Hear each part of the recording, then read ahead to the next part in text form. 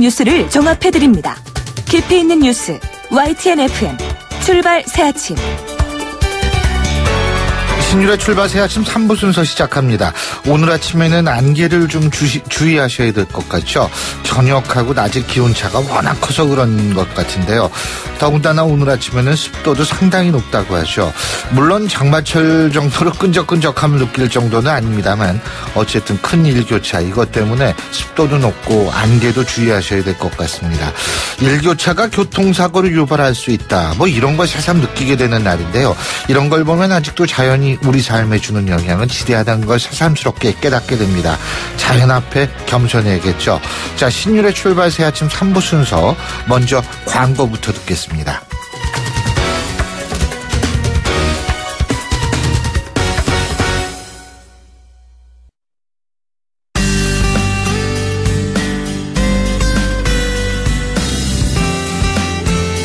안녕하세요. 시민발언대 리포터 이혜미입니다.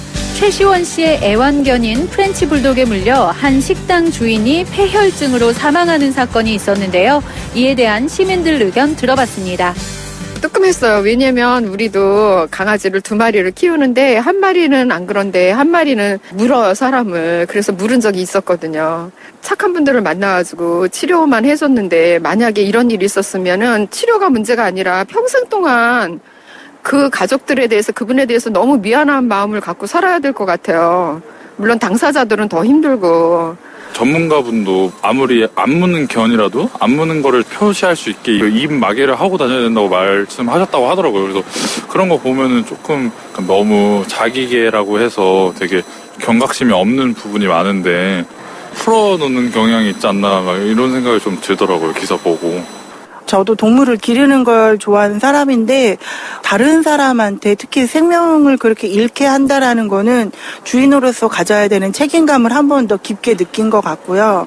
애완견을 키울 적에는 자기가 키우는 동물에 대한 기본적인 정보라든가 특성이라든가 지식과 공부가 더 많이 필요하다라는 걸 느끼는 것 같아요. 처벌이나 그런 거 따로 없는 거잖아요. 그런 게 이제 법적으로도 어떻게 보면은 이제 생겨야 되는 게 당연한 건데 그 피해자 보상이라던가 뭐 그런 것도 있어야 되는데 아예 그런 것도 없잖아요. 강아지한테 처벌할 수 없는 거니까 주인에 대한 책임은 있다고 생각하거든요. 그래서 법적으로 그런 거는 좀 이제 보상 같은 거라도 사람 생명에 대해서 이제 왔다 갔다 하는 거니까 그런 게 좀 강화됐으면 좋겠죠. 개를 키우는 주인으로서 잘못한 부분도 있긴 하지만 유독 연예인이었기 때문에 문제가 더 부각되는 거 아닌가 싶은 생각도 있고요.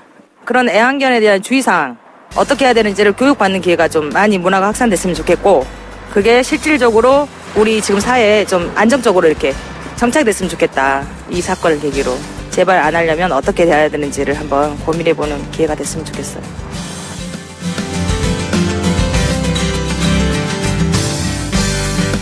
최근 인터넷을 가장 떠들썩하게 한 사건이 있었죠. 유명 음식점 한일관 대표 김모 씨가 이웃 주민이 키우던 이 반려견에 물려서 치료를 받던 중에 사망한 건데요. 물론 이 김 씨의 직접적 사망 원인이 병원균 감염으로 인한 것인지 개에 의한 것인지 이것은 좀 더 지켜봐야 되겠습니다만, 이번 사건으로 느슨한 반려견 관리 그리고 그 위험성에 대한 논란이 뜨겁게 달아올랐습니다. 특히 이 김 씨를 문 프렌치 불독의 경우에는 이전에도 이웃들을 종종 물었다는 증언이 나오면서 반려견 관리를 소홀히 했던 것 아니냐는 비난이 쏟아지고 있는 상황인데요. 논란이 거세지자 정부는 사람을 공격해서 상해를 입힐 가능성이 높은 맹견의 범위를 확대하고 공공장소에서 목줄과 입마개를 하지 않는 경우에는 파파라치 제도를 도입해서 포상금을 지급하는 등 반려견 안전관리를 강화하겠다, 이렇게 밝혔는데요. 정치권에서도 관련법 개정에 나서겠다, 이렇게 밝힌 상황이고요. 사실 저도 반려견을 키우는 한 사람입니다만 강화되는 처벌보다 더 중요한 게 있습니다. 바로 타인에 대한 배려입니다. 누군가에겐 한없이 사랑스러운 존재일 수 있지만 다른 누군가에겐 공포심을 일으키고 심하게는 목숨을 위협할 수도 있다는 점 간과해서는 안 되겠죠. 반려견 천만시대, 타인을 배려하는 반려견 문화에 대해서 다시 한번 생각해보는 그런 기회가 됐으면 좋겠습니다.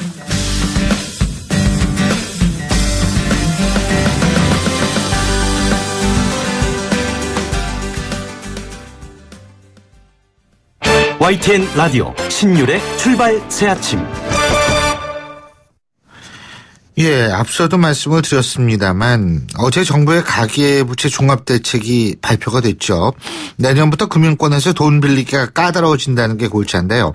1,400조 원에 달하는 가계부채에 빨간불이 켜진 가운데 정부의 생각대로 이번 대책이 가계부채 실적 개선에 효과를 낼지를 놓고서는 벌써부터 의문이 제기되고 있습니다.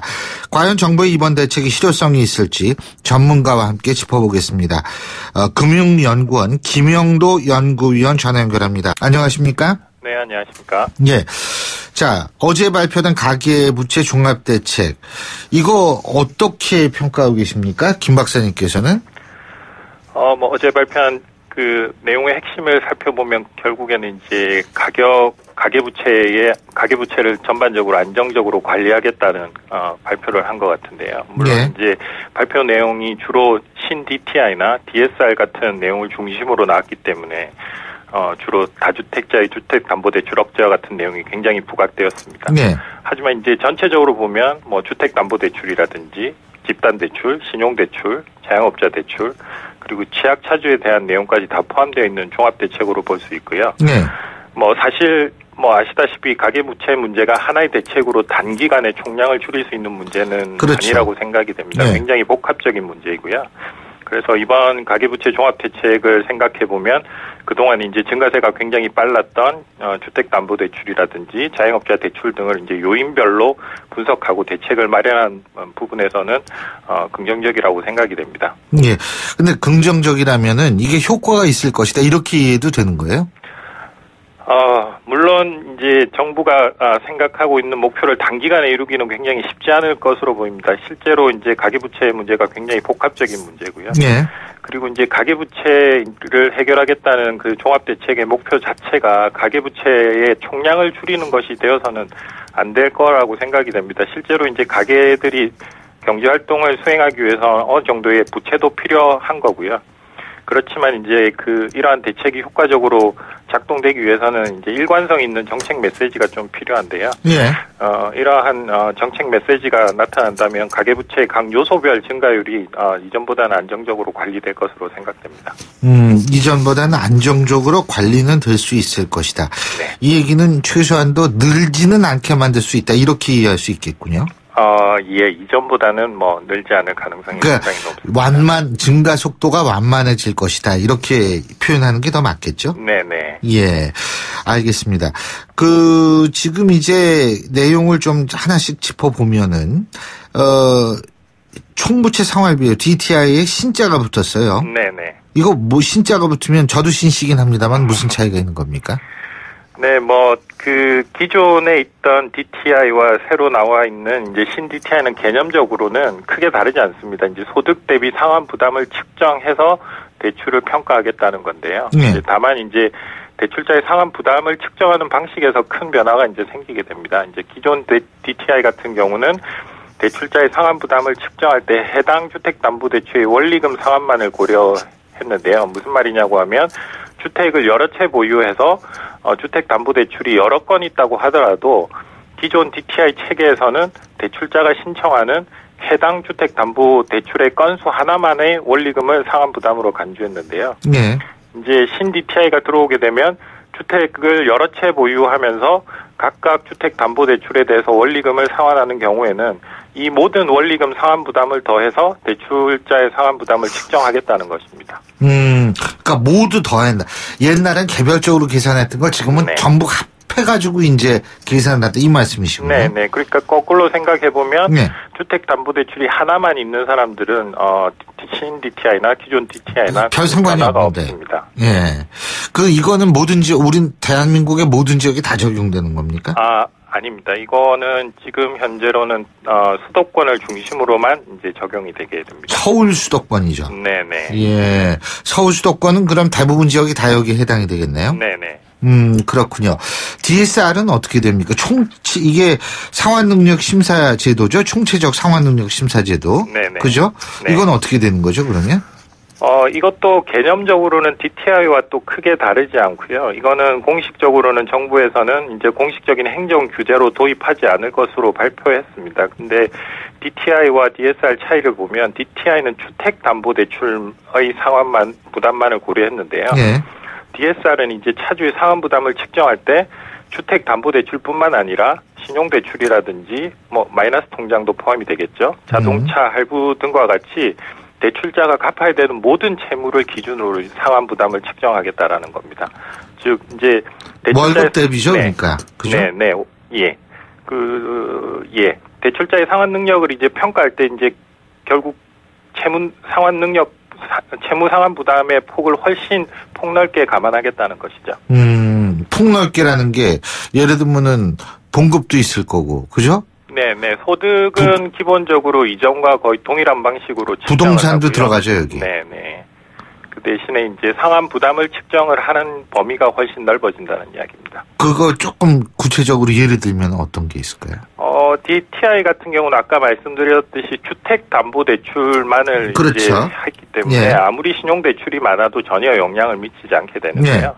DSR은 신용대출이 많으면 상환 부담으로 이제 잡히기 때문에 굉장히 상환 부담이 큰 대출자로 평가가 됩니다. 있잖아요. 제가 이게 좀 궁금한 게 그러면은 이게 물론 뭐 돈 없는 사람이 다주택자일 수는 없는 거 아니겠어요? 그죠? 이 겨우 집 한 채 있는 경우인데 그거는 DTI는 뭐 한 채 있는 사람의 경우에는 기존이나 지금이나 뭐 별 차이 없다고 말씀을 하셨지만 DSR 같은 경우 이런 것들이 적용이 되면 조금 이 소득이 적은데 살기가 굉장히 힘들어서 대출 받는 거 이게 더 어려워지는 경우는 그런 상황이 초래될 수는 될 가능성은 없나요? 예, 그럴 가능성은 충분히 있습니다. 근데 그 DSR을 심사에 활용한다는 자체만으로 대출이 까다로워지는 것은 아니고요. 결국에는 이제 DSR 수준 자체를 어떻게 정하는가에 따라서 대출이 까다로워질지 말지가 결정이 될 것 같고요. 결국에는 이제 대출자가 지고 있는 모든 그 대출의 상환 부담을 고려하기 때문에 이제 다중 채무자의 경우에는 이 도입 자체만으로 대출이 조금 어려워질 가능성은 상당히 높습니다. 그런데 다중 채무라는 것은 여러 군데에 돈 빌렸다는 얘기 아니에요? 네네. 그러면은 이거는 진짜 살기 힘드신 분들이 진짜 다중 채무자가 될 수도 있는 거 아닙니까? 예, 뭐 상당히 공감 가는 부분이 있습니다. 예. 그러니까 이제 그런 걱정도 사실 좀 될 수밖에 없네요. 네네. 그죠? 네. 그리고 또 이게 내 집 마련도 더 어려워진 것 아닌가 이런 두려움을 갖고 계신 분들이 있을 것 같은데 어떻게 보십니까? 그 부분은? 아까 말씀드렸듯이 뭐 실수요자라고 할 수 있는 한 채만 사는 사람? 한 채만 이제 살려고 하는 분들은 전혀 큰 영향이 없기 때문에 이거죠. 그렇고 이제 뭐 다른 목적으로 여러 채의 주택을 보유하고자 하는 분들에 대해서는 조금 영향이 있을 수 있습니다. 참, 그러고 말이에요. 이게 지금 그 DTI, 이건 특히 이제 주택에 관련된 문제 아니겠어요? 네네. 근데 미국 금리 올릴 예정이니까 우리나라 금리도 이제 오를 것이다. 지금 이렇게 얘기가 나오고 있지 않습니까? 네네. 그죠? 이것까지 합해지면 부동산 시장의 냉각이 좀 확실시 될 수 있을 가능성이 높나요? 네, 뭐 가계부채 종합대책이 이제 가계부채를 억제한다는 차원에서 주로 이제 주택담보대출 중심으로 만들어지다 보니까 부동산 시장에 대한 우려는 상당히 있는 것 같습니다. 뭐 말씀드렸다시피 여지껏 우리나라 주택시장에 유입되었던 자금이 상당 부분이 보통 대출을 통해서 공급이 되었다고 판단이 되는데요. 이번 대책으로 이제 부동산 시장에 신규 자금의 공급이 줄어들면 전반적으로 부정적인 영향은 예상됩니다. 당연히 이제 부동산 시장 같은 경우는 심리적 요인도 무시할 수 없을 것 같은데요. 뭐 정책의 지속성 등을 생각해 보면 상당 기간 부정적인 영향이 예상됩니다. 부정적인 영향이라는 거는 집값이 좀 떨어질 가능성이 있다. 하향 안정화 그 정도 수준일 것 같습니다. 예, 그렇군요. 참, 그러고 말이에요. 이번에 무슨 핵심 지원책으로 해내리 대출이 있다 그러는데 뭘 해내겠다는 거예요? 이게 어떤 내용입니까? 네, 뭐 명칭은 할 수 있다라는 의미로 지어낸 것 같은데요. 뭐 해내리 대출은 뭐 기본적으로 이번 대책으로 어려움을 겪을 수 있는 영세 자영업자를 지원하겠다는 내용이고요. 뭐 구체적으로 살펴보면 영세 자영업자를 대상으로 약 1조 2천억 원 정도로 이제 정책성 자금을 공급하겠다는 겁니다. 뭐 아무래도 이번 종합 대책으로 영세 자영업자들이 자금 받을 때 상당히 어려워질 수 있을 것 같은데요. 이를 감안한 대책으로 생각됩니다. 영세 자영업자들을 위해서 그렇다. 네. 예? 그러니까 이게 소위 말해서 이 취약계층을 위한 배려다 이렇게 볼 수 있다는 거죠. 뭐 일종의 취약계층에 대한 배려 정책이죠. 네. 그렇군요. 그리고 또 한 가지는 요번 대책 중에서 그 장기 연체자들, 이 빚 가지신 분들이요. 네네. 이런 분들의 부채 탕감이라든지 이런 부분도 포함이 되어 있는 모양이더라고요. 네네. 포함이 되어 있는 부분인데 그 부분을 잘 살펴보면 이제 장기 소액 연체자들이 실질적으로 소액이 얼마예요? 규모는 그렇게 크지 않은 걸로 제가 알고 있는데요. 네, 뭐 그런 부분들이 경제 활동을 하는 거에 어려움을 좀 덜어주기 위해서 정말 장기이고 소액의 경우에는 이거를 탕감을 시켜준다라는 그런 내용이 포함되어 있는 걸로 알고 있습니다. 그러면은 모랄 해저드, 그러니까 도덕적 해이 같은 가능성은 어떻게 보십니까? 당연히 그럴 가능성은 있고요. 그렇기 때문에 제도를 구체적으로 설계할 때 그 내용과 범위를 명확하게 설정하는 것이 중요할 것 같습니다. 범위라는 건 예를 들면 어떤 거 말씀하시나요? 소액, 아까 말씀하신 소액이 얼마만큼인지, 그리고 장기면 얼마나 장기인지 등등을 충분히 감안해야 된다는 거죠. 아까 박광원 의원과 제가 인터뷰를 했었거든요, 일부에서. 근데 지금 그렇게 소액 장기 연체자들, 그래서 이런 분들은 상당히 빚 갚기 어렵다. 그래서 그 총액을 한 정부에서는 100조를 잡고 있는 모양이더라고요. 네. 그럼 100조라는 게 사실 이게 적은 금액이 아니라 어마어마한 금액이잖아요. 네네.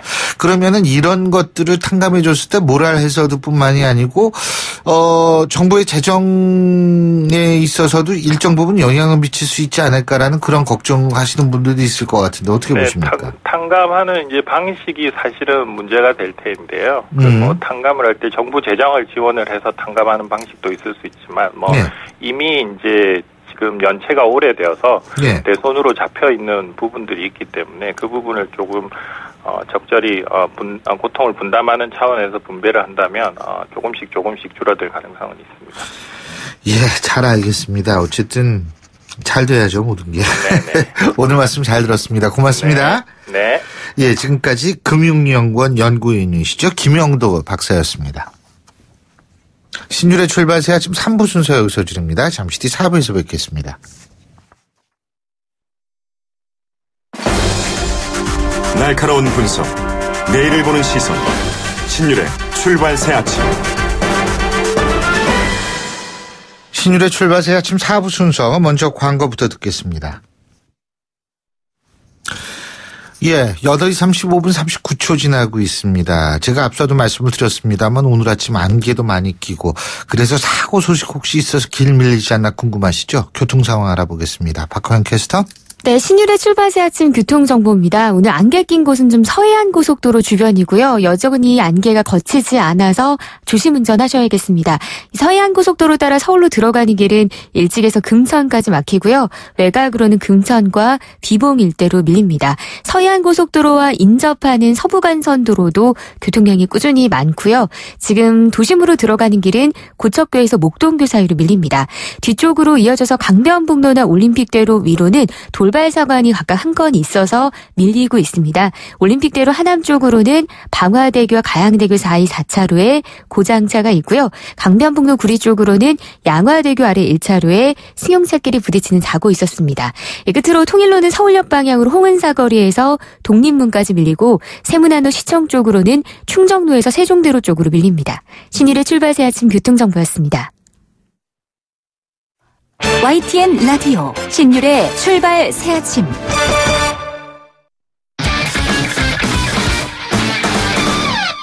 스포츠 소식 알아보겠습니다. 최동호 스포츠 평론가 전화 연결합니다. 안녕하십니까? 예, 안녕하세요. 예, 평창 동계올림픽 이제 3달 정도 남았죠, 그죠? 예, 맞습니다. 어제 그리스 올림피아 경기장에서 평창 동계올림픽 성화가 채화가 됐더라고요. 이 고대 올림픽의 발상지죠. 이 그리스 올림피아에 있는 헤라 신전에서 이 평창 동계 올림픽 성화체화가 이루어졌습니다. 조금만 한번 기억을 되돌려 보시면은 이 성화체화를 할 때 원래대로라면은 이 오목골로 태양빛을 모아서 불꽃을 피워야 되거든요. 네. 그런데 현지에서 어제 날씨가 좀 안 좋았습니다. 네, 그래서 이 자연체화를 하지 못했고요. 미리 준비해놓은 예비 불씨를 이용해서 성화를 체화했습니다. 이 성화체화 행사가 약 50분간 진행이 됐고요. 이 근대올림픽 창시자인 쿠베르텍 남자 기념비까지 이동을 한 뒤에 우리나라 이 첫 번째 봉송주자인 이 축구 스타 박지성 씨에게 넘겨졌습니다. 이 성화는 그리스에서 일주일간 봉송 행사를 치르고요. 11월 1일에 인천공항을 통해서 국내에 들어옵니다. 예. 국내에서는 7,500여 명의 주자가 101일 동안 2,018km 봉송길을 달리게 되고요. 예. 내년 2월 9일에 이 개막식장에서 점화가 돼서 평창 올림픽을 밝히게 됩니다. 그렇군요. 자, 그리고 프로야구 한국 시리즈 오늘 시작하죠. 오늘. 그죠? 맞습니다. 예. 어제 미디어 데이 행사도 있었다고 그러더라고요. 어제 이 광주 전남대학교에서 이제 한국 시리즈 미디어 데이가 열렸거든요. 네. 뭐 예전에는 기자회견이라고 했는데 요즘에는 다 이제 미디어 데이라고 표현을 하고 있습니다. 네. 기아에서는 김기태 감독하고 양현종, 김선빈 선수가 참가했고요. 이 두산에서는 김태형 감독하고 유희관, 오재인 선수가 참석했습니다. 이 두산은 3년 연속 우승에 도전하는 입장이고, 네. 기아는 8년 만에 우승에 도전하는데, 양팀 감독들, 당연하죠. 반드시 우승하겠다. 의지를 드러냈고요. 근데 그러면서도 서로 상대방에 대한 경계심을 감추지도 않았습니다. 이 두산 베어스의 곰하고 기아 타이거즈의 호랑이라는 대결이라는 관점에서 봐서 이번 한국 시리즈를 단군 매치라고도 얘기를 하는데 아유 참 그 이름 붙이기는 게 참 좋네요. 예. 예, 곰과 호랑이의 대결이죠. 예. 그래서인지 두산의 유희관 선수가 세리머니와 관련해서 이 마운드에서 마늘하고 쑥을 먹겠다 이렇게 좀 재치있게 얘기하기도 했고요. 이 두산은 5차전, 기아는 6차전에서 우승을 확정짓겠다는 계획인데 1차전이 바로 오늘 말씀하신 대로 오늘 오후 6시 30분에 광주 챔피언스 필드에서 열립니다. 그렇군요. 그러면 오늘 선발 투수들은 알려졌죠, 그죠? 예, 그렇습니다. 1차전은 기아 헥터 노예시 선수하고 이 두산의 니퍼트 선수 간의 이 맞대결이거든요. 예. 맞대결입니다. 이 헥터 노예시 선수 올 시즌 20승을 기록한 선수고요. 양현종 선수와 함께 기아가 가장 믿고 있는 선발 원투펀치죠. 시속 150km를 넘나드는 직구에다 체인지업, 슬라이더가 주목이고요. 올해 두산전에서 5경기 등판해서 3승 1패를 기록했습니다. 반면에 니퍼트 선수 올해 14승을 기록했는데 포스트 시즌 경험도 많고 두산의 에이스거든요. 네. 그런데 니퍼트 선수는 이 플레이오프 1차전에서 6실점으로 무너지면서 좀 불안감을 던져주기도 했습니다. 이 마운드 전체적으로 보면은 두산이 불펜에선 좀 앞서고 있고요. 지금 이 두산의 타선에 불이 붙은 상태인데 기아 타자들은 지금까지 한 20일 정도 넘게 휴식을 취하고 나온다는 점에서 어느 정도의 실전감을 갖고 있는지 이게 이제 중요한 변수 중에 하나일 수도 있습니다. 맞아요. 이 감이 중요한단 말이에요. 방송도 감이 중요하거든요. 그러니까 오래 쉬면 예. 이 방송도 굉장히 생소해지거든요. 2주 이상 쉬면. 근데 20일 넘게 쉬었다는 거는 이거는 좀 진짜 그런 걱정도 되겠네요. 예. 프로배구에서는 대한항공이 OK저축은행을 이기고 단독 선두로 올라섰죠? 예, 이 대한항공이 OK저축은행의 3연승을 저지하고 단독 선두로 나섰습니다. 어제 OK저축은행을 3대1로 제압했는데요. 외국인 선수 이 가스파리니 선수가 24득점으로 공격을 이끌었고요. 예. 이 정지석 선수도 16득점으로 활약했습니다. 예. 여자부에서는 KGC 인삼공사가 이 GS 칼텍스를 3대1로 이겼습니다. 그렇군요. 프로농구에서는 모비스가 LG를 꺾고 3연패에서 벗어났죠? 예, 이 모비스가 LG를 88대 80으로 이기고 이 3연패에서 탈출했습니다. 레이션 테리, 또 이 마커스 블레이클리, 이 함지훈 선수의 활약이 돋보이곤 했는데, LG가 지금 실책으로 자멸했다, 이렇게 볼 수도 있거든요. LG가 어제 무려 16개의 실책을 저지르면서 부진한 경기를 했고요. 이 KCC는 KGC 인삼공사를 92대 80으로 눌렀는데, 9억 2천만 원으로 이 프로농구 최고 연봉을 받고 있는 이정현 선수가 27득점을 꽂으면서 KCC의 승리를 이끌었습니다. 예, 그렇군요. 예, 오늘 소식은 여기까지 듣겠습니다. 고맙습니다. 예, 고맙습니다. 예, 지금까지 최동원 스포츠 평론가였습니다.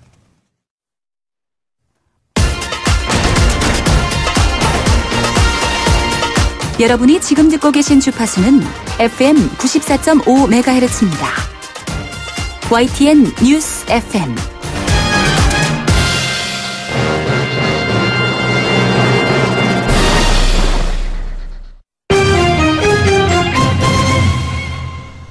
경제뉴스 알아보겠습니다. 한국경제신문의 정인설 기자 스튜디오에 나와 있습니다. 어서 오십시오. 안녕하세요. 예.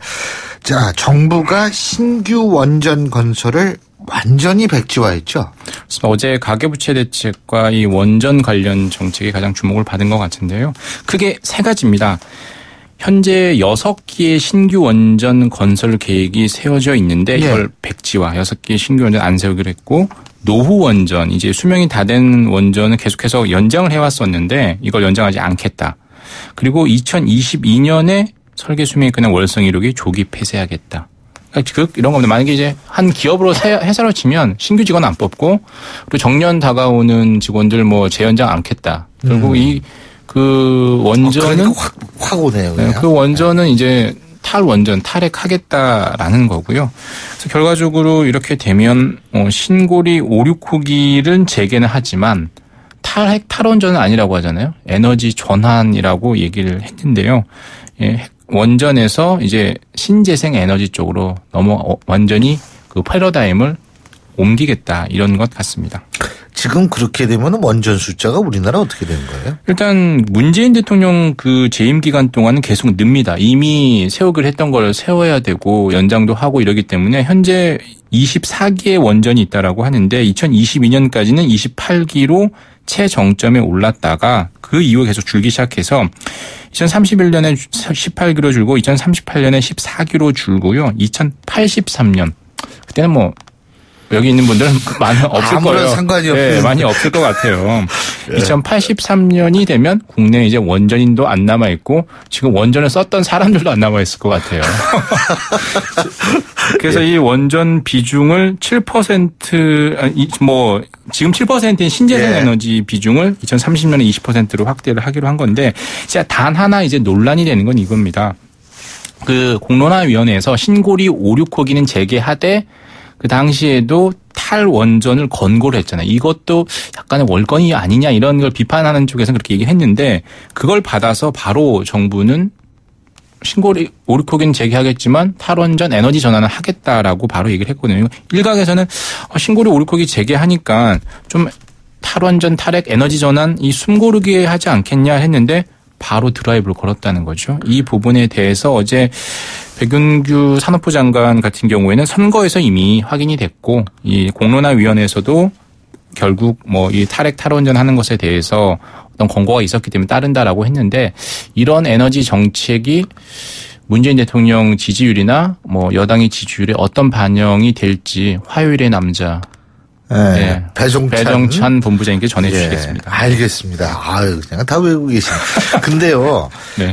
사실 이론적으로만 얘기를 하면 공약을 내걸었고 당선이 되면 사실은 뭐 그거는 해도 상관은 없어요. 그 전혀 문제가 될 게 없죠. 그렇죠. 네. 단 이제 공론화위원회의 결정 권한이 있느냐 그거는 아니라는 거는 뭐 거의 확실한 거기 때문에. 근데 어쨌든 이건 공약사항이니까 사실은 논란이 될 이유는 없을 것 같은데 또 이 신고리 5, 6호기인가요? 이 원전 내진 성능 보강하기로 했다 그러죠. 진도 7까지 견디는. 맞습니다. 그죠? 이거는 당연히 해야 되는 문제예요. 네. 사실 그동안 안 했다라고 하면 오히려 문제인데 뭐 우리나라에서 뭐 7 이상의 지진이 난 적이 없죠. 저때 5.8인가 5.9인가 그랬잖아요. 경주 지진이. 근데 이 역사 삼국사기 이런 거 보면 옛날에는 좀 7 정도 지진도 나고 있었던 모양이더라고요. 네. 예, 그때 당시하고 기준이 좀 다를 것 같긴 한데 그래서 이건 뭐 안전하게 짓겠다는 당연히 있어야 되는 얘기고 북한에서도 뭐 흔히 좀 타깃이 되는 곳 중에 하나가 수도권도 수도권이지만 원전 집중이 돼 있는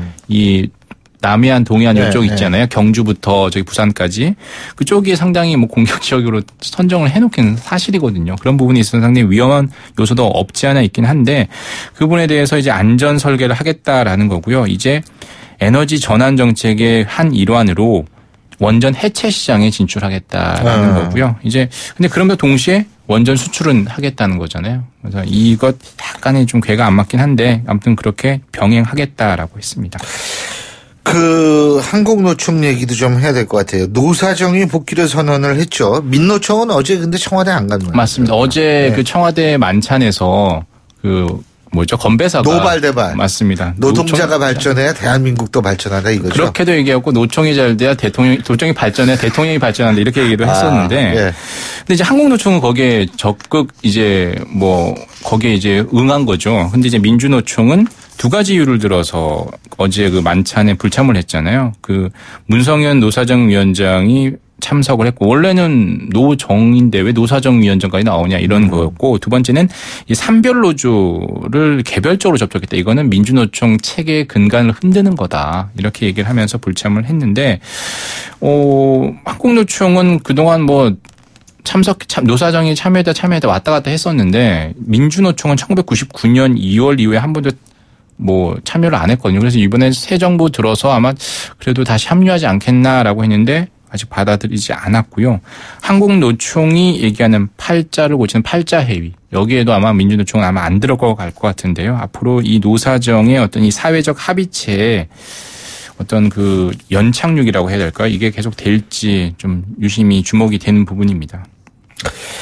예, 사실 그 노사정 문제도 그렇고요. 그 공론화 위원회가 사회적 갈등 비용을 줄인다 이런 얘기도 그렇고 이게 사회자본이라고 왜 얘기를 하지 않습니까? 그래서 핵심인 사회적 신뢰도가 높으면 노사정 위원회의 대타협도 이루어질 수 있는 거고 공론화 위원회도 정말 갈등을 줄일 수 있는 거고 다체 역할을 할 수 있는 건데 그 우리나라의 현재의 사회적 신뢰의 수준이 어느 정도인지에 대한 성찰이 저는 좀 필요하다고 봐요. 맞습니다. 그 사회적 신뢰 수준을 상당히 높여가는데 기여를 하시려고 교수님도 방송도 하시는 거니까요. 또. 예, 여기까지 할까요? 그리고 세계 최대 전자상거래 업체죠. 아마존의 본사 후보 유치 경쟁에 무려 238개 도시가 지원했다. 거의 전 도시가 지원을 한 맞습니다. 거죠. 미국 같은 경우는 50개 주잖아요. 그중에 43개 주가 신청을 했다고 하고요. 심지어 그러니까 하와이 이런 데 좀 떨어져 있으니까 그때는 우리는 안 하는 거죠. 우리는 거기는 아예 안 될 테니까 하와이는 안 했는데 허리케인 피해를 받았던 미국령 푸에르토리코도 전기도 안 들어오는 와중에 어떻게든 내가 신청서를 제출했다고 하고요. 미국만 그러느냐. 우리도 있다. 캐나다, 멕시코까지 총 238개 도시고 심지어 미국에 보스턴하면 정말 뭐라 그러죠? 그 자존심과 어떤 하늘 코를 찌르잖아요. 맞습니다. 근데 거기는 시 자체로도 하고 이렇게도 안 했던 대학 아이비리그 대학끼리 모여가지고 또 우리도 유치하겠다라고 하면서 아마존 와주세요. 왜 우리나라는 신청 안 했는지 모르겠네. 아마존 와야죠. 근데 아마존이 이렇게 인기가 있는 이유는 일단 고용 창출이 있을 거고요. 근데 아마존이 모이면 모든 물류 인프라가 다 모이는 거잖아요. 이 그렇죠. 제2 본사 후보지거든요. 그렇다 보면 이 도시가 발전하게 되고 문화와 어떤 도시 저변이 너무 좋아질 것 같으니까 미국뿐만 아니라 캐나다, 멕시코까지 238개 도시가 아마존 본사 좀 와주세요라고 지금 구애를 하고 있다는 거죠. 근데 이 아마존이 사실 월급도 많고요. 그렇죠. 아주 선망의 직장이라 그러죠. 맞습니다.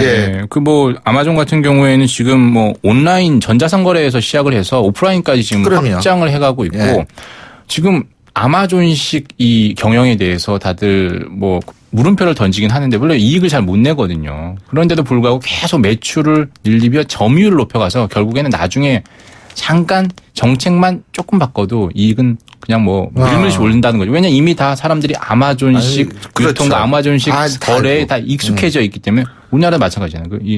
네이버에 그다음 카카오톡에 상당히 완전 익숙해져 있으면 그들이 어떤 정책을 하든 간에 따라가게 되는 거죠. 그리고 지금 아마존 같은 경우에 그 드론으로 이렇게 배달까지 맞습니다. 하는 그런 거 시도하고 시도하잖아요. 하고 있죠. 네.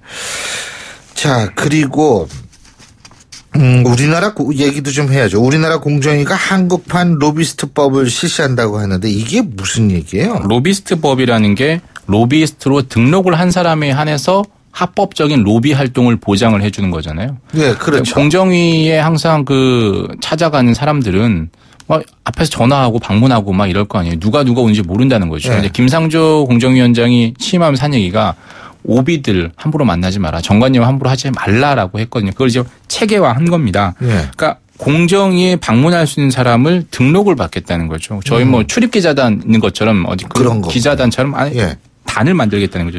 대상을 자산 5조 원 이상 57개 대기업, 대관 업무 담당자, 그리고 매출 100억 원 이상 상위 28개 로펌, 소속 있는 변호사, 회계사 이런 식으로 한정을 지어서 그 사람들만 만나고 만약에 그 외에 다른 사람들 만나는 건 문제가 생길 거야라고 하면서 만약에 이걸 어기면 1년간 그 해당 사람은 공정위에 접촉할 수 없도록 하고 해당 공정위 직원에게는 인사고과 이런 거에 대해서 상당히 불이익을 줄 것 같은데요. 공정위에서 한번 이렇게 시행을 해보고 우리가 항상 국회에서도 로비스트법 이런 얘기를 하잖아요. 예. 국방 관련 분야 이런 분야로 확대가 될 수 있을지는 한번 봐야 되겠죠. 그렇죠. 우리나라는 로비가 로비스트들이 법적으로 금지되어 있지만. 맞습니다. 하지만 미국 같은 경우에 수정헌법에서 기본권으로 보장하고 있는 게 로비 아니에요. 이게 사실 호텔 로비에서 나온 단어인데. 맞습니다. 네. 항상 저희도 우리나라도 한방 얘기하면 로비스트법 만들어야 된다. 만들어야 된다 이렇게 얘기를 하잖아요. 네. 근데 어쨌든 이번에 공정위의 조치가 얼마큼 효과를 할지 한번 지켜보고요. 자, 그리고 오늘 아침 신문에도 난 얘기인데. 맞습니다. 한국무역협회장이 임기가 원래 내년 2월까지인데. 맞습니다. 내년 2월이었죠. 갑자기 사퇴를 했다. 이런 소식이 들어와 있죠. 이 김인호 무역협회장이 흔히 얘기하는 친박 라인 최경환 의원과 친분이 있다. 그래서 그때 선임됐을 때 그런 얘기가 많았었거든요. 예. 근데 이제 어제 기자간담회를 사임서를 제출하고 기자간담회를 하면서 최근 정부로부터 사임 메시지를 받았다. 이 얘기를 꼭 남기고 남긴 다음에 떠나고 싶었던 것 같아요. 그러니까 자기는 임기까지 하려고 했는데 정부에서 떠나라는 메시지를 줬다. 그래서 떠난다라는 얘기를 하고 원래 민간 단체나 이런 데 정부가 인사에 개입할 명분이나 이유는 없어요. 그런데 늘상 정권 교체기 때마다 항상 바뀌어왔죠. 이제 그게 신호탄이 아닌가라는 해석이 있습니다. 이미 임기를 마친 50여 개 공공기관, 경제단체 이런 데 아직 새로 선임이 안 됐거든요. 근데 어제 같은 경우에는 마지막 장관 후보자가 지명이 됐잖아요. 홍종학 중소벤처기업부 장관 후보자 지명이 됐으니까 만약에 이달에 이제 국정감사가 끝나면 계속해서 이제 공기업 인사에 본격적인 신호탄이 쏴지지 않겠냐 이런 해석이 있습니다. 예, 잘 알겠습니다. 오늘 말씀 잘 들었습니다. 고맙습니다. 감사합니다. 예, 지금까지 한국경제신문의 정민설 기자였고요. 자, 수요일 아침에 보내드린 신율의 출발 새 아침. 저희가 준비한 순서 오늘 여기까지입니다. 여러분, 제가 아까도 말씀드렸지만 오늘 아침에 안개가 꼈는데 지금은 이제 다 거친 것 같습니다. 안개도 시간이 지나면 거치게 마련이죠. 우리 마음속의 안개도, 그리고 우리 삶의 안개도 시간이 지나면 거칠 겁니다. 자, 신율의 출발 새 아침. 저는 내일 아침 7시 15분에 다시 오겠습니다. 신율이었습니다. 고맙습니다.